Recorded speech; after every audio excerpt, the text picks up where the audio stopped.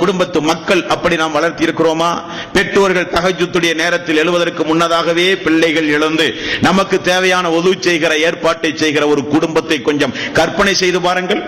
ரசூலுல்லாஹி ஸல்லல்லாஹு அலைஹி வஸல்லம் அவர்கள் சொன்னார்கள், பெண்களில் சிறந்தவர்கள் யார் தெரியுமா? மனித சமுதாயத்திலே ஆண்களில் சிறந்தவர்கள் யார் தெரியுமா?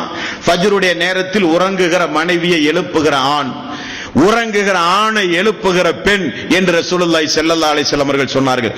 நம்முடைய பெரும்பான்மையான மக்களுக்கு 4 நேரம் தான் தொழுகை, 5 நேர தொழுகை நமக்கு கிடையாது. ஃபஜ்ருடைய தொழுகை என்பது நம்முடைய லைஃப்லயே கிடையாது.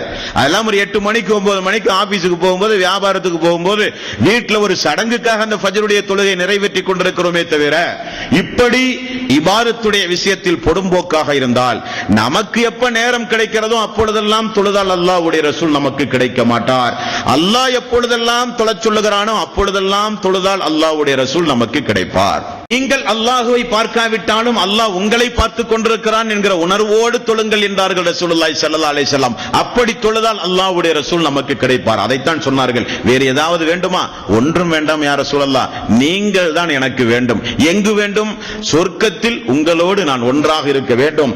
அந்த வாய்ப்பு எனக்கு கிடைக்க வேண்டும் யா ரசூலல்லாஹ் என்று கேட்டவர் அந்த உத்தம தோழர் அனஸ் ரலியல்லாஹு அன்ஹு.